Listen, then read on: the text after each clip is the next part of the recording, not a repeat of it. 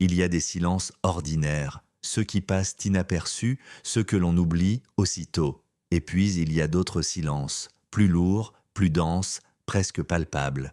Des silences qui ne traduisent ni l'hésitation, ni le doute, ni la peur. Des silences qui annoncent une décision. Celui-ci n'a duré que quelques secondes, mais il a suspendu le temps. Dans la pièce, plus personne ne parlait. Les regards se sont figés, comme si chacun comprenait, sans que rien ne soit dit, que quelque chose venait de basculer. Puis l'information a commencé à circuler, discrètement, sans communiqué officiel, sans mise en scène, un geste, un choix, un message clair. Et soudain, plus rien n'était tout à fait comme avant. Ce qui s'est produit ne ressemble à aucun scénario classique de crise internationale.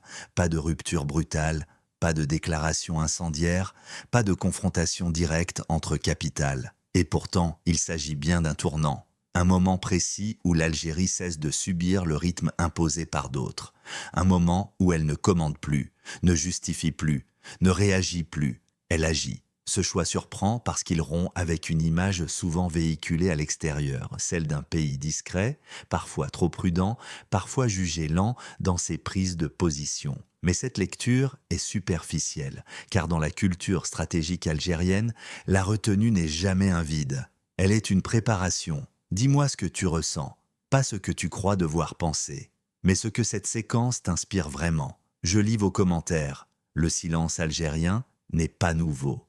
Il s'inscrit dans une histoire longue, façonnée par la colonisation, la guerre, l'indépendance, puis par des décennies de rapports complexes avec les puissances régionales et internationales. L'Algérie n'a jamais été un pays qui improvise sur la scène géopolitique. Elle observe, elle écoute, elle attend, non par faiblesse, mais parce qu'elle sait que les équilibres réels ne se lisent jamais dans l'instant. Pendant que d'autres multiplient les annonces, les sommets médiatisés, les déclarations ambitieuses, l'Algérie analyse les rapports de force profonds. Ce silence a souvent été mal interprété. Certains y ont vu une absence de vision, d'autres une forme de retrait volontaire. En réalité, il s'agissait d'une veille stratégique. Depuis plusieurs années, l'environnement régional est devenu plus instable. Du Sahel au Golfe, les lignes bougent, les alliances se recomposent, les ambitions se dévoilent. Au Sahel, les coups d'État successifs ont rebattu les cartes. Les influences étrangères se sont déplacées. Les équilibres sécuritaires se sont fragilisés. Dans le Golfe, les puissances régionales avancent avec assurance.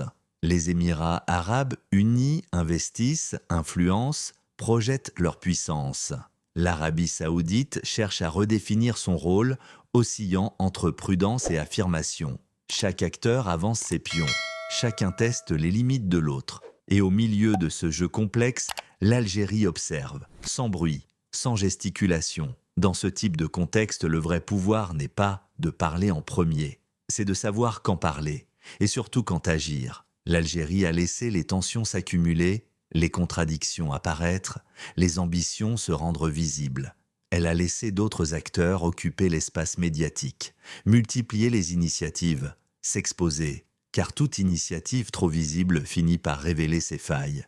Puis, au moment précis où personne ne l'attendait, elle a posé un geste sans emphase, sans grand discours, sans recherche d'applaudissements, mais un geste clair. Imagine la scène, une salle sobre, des dossiers soigneusement alignés, des cartes étalées sur une table. L'atmosphère est calme, mais tendue. Abdelmadjid Tebboune prend la parole, pas pour impressionner, pas pour séduire, pas pour entrer dans l'histoire par une phrase choc. Il parle peu, mais chaque mot compte. Puis il s'arrête, quelques secondes de silence, c'est là que tout se joue. Ce silence n'est pas un oubli, c'est un signal. Un signal compris immédiatement par ceux qui savent lire les codes du pouvoir. Ce moment révèle une conception précise de la souveraineté.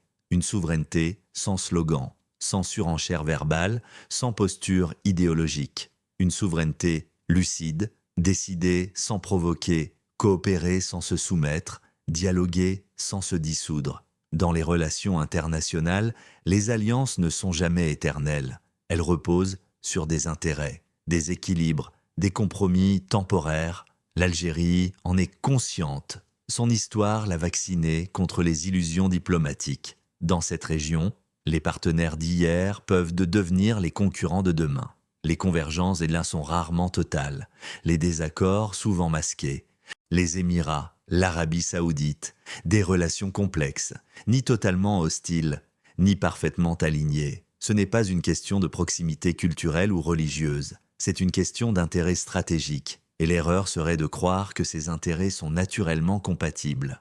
Ce que beaucoup ressentent aujourd'hui n'est pas l'euphorie, ce n'est pas le triomphalisme, ce n'est pas la revanche, c'est une fierté contenue, le sentiment que le pays ne subit plus, qu'il ne se contente plus de réagir, qu'il choisit.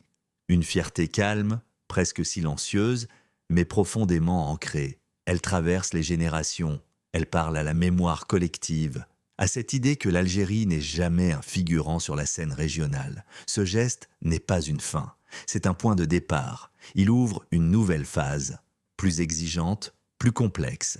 Les équilibres régionaux vont continuer d'évoluer. Les acteurs vont ajuster leur position. Les alliances vont se tester. Rien n'est figé. Mais une chose est désormais claire. L'Algérie a rappelé qu'elle existe comme acteur souverain, capable de dire non, capable d'attendre, capable de choisir son moment. Reste une question essentielle. Ce silence stratégique annonce-t-il une nouvelle doctrine, une manière différente d'exister sur la scène régionale, ou s'agit-il d'un signal ponctuel destiné à rééquilibrer un rapport de force précis? Les réponses ne viendront pas immédiatement. Elles ne feront pas l'objet de grandes annonces, elles se liront dans les actes à venir, dans les décisions prises sans bruit, dans les lignes rouges qui ne seront plus franchies. Dans un monde saturé de paroles, où chaque acteur cherche à occuper l'espace médiatique, le silence peut redevenir une arme. Pas une arme brutale, pas une arme agressive, une arme de maîtrise. Ce silence-là n'est pas un retrait. Il est un choix, un positionnement, une affirmation. Et ce silence, beaucoup l'ont entendu. Alors quelle sera la suite ?